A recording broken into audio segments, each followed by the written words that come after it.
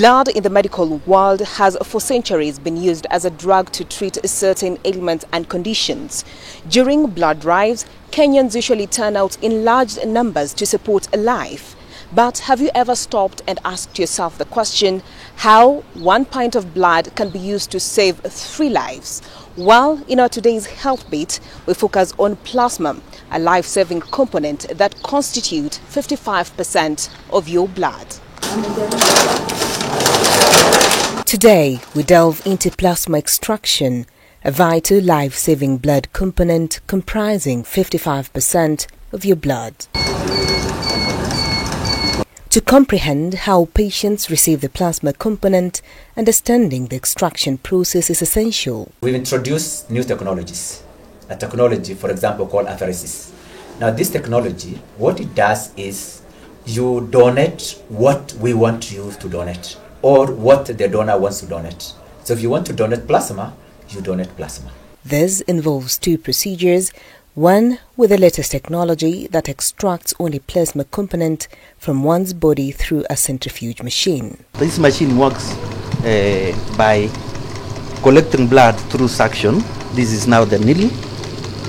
There is a negative pressure being created through suction, and then the blood will be thrown through these tubings, and then it is taken inside and then into the machine itself. The machine contains a centrifuge, and there is a chamber that is normally centrifuge. There is a rotation that is going inside that separates blood into the various components depending on the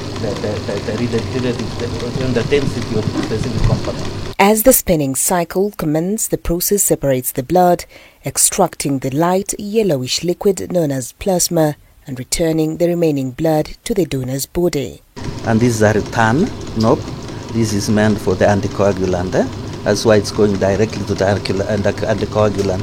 This pump is pumping the actual anticoagulant. You can see this is a return pipe that returns blood to the system. This is a suction knob, and these are standby knobs that can assist. In case of a failure of the rest, these other ones can assist. They monitor and help the other knobs.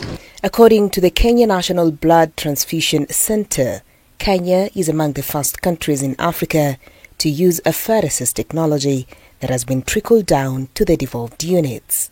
In government, we have 9 centers which are managed. So government subsidize this. 1 dose costs between 40 to 45,000 Kenya shillings, 1 dose. But the Kenya government have subsidized this, right? The government pays for it.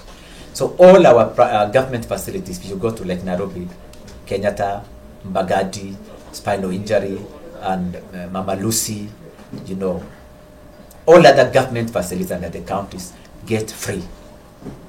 A donor donates and they get free. The Kenya National Blood Transfusion Center introduced apheresis technology to selectively retrieve required components, enhancing efficiency and reliability. Extracted plasma with a shelf life of up to 3 years must be stored at a freezing temperature of -30 degrees Celsius to preserve its clotting factors. After screening and then after processing and labeling, these are labels.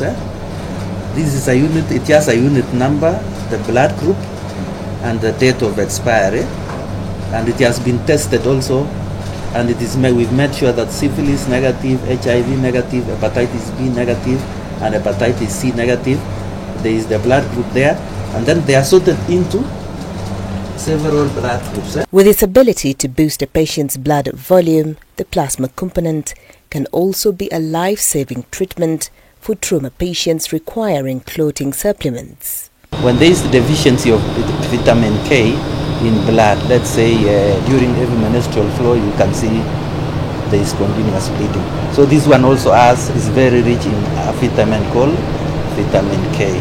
It can also be used to correct what we call overdose of warfarin treatment. Warfarin is a drug that is used to control intravascular coagulation. That is now blood clotting in our system. So sometimes when you give excess dose of warfarin, which is a drug that is used to correct intravascular coagulation, this is the correction. When you give this one, you correct overdose in intravascular coagulation. And we don't have so many cases of burns, and that is why we can provide this component. It is always readily available for each and every patient in need in our republic. Bentura Kwambuka, K24 Health Beat.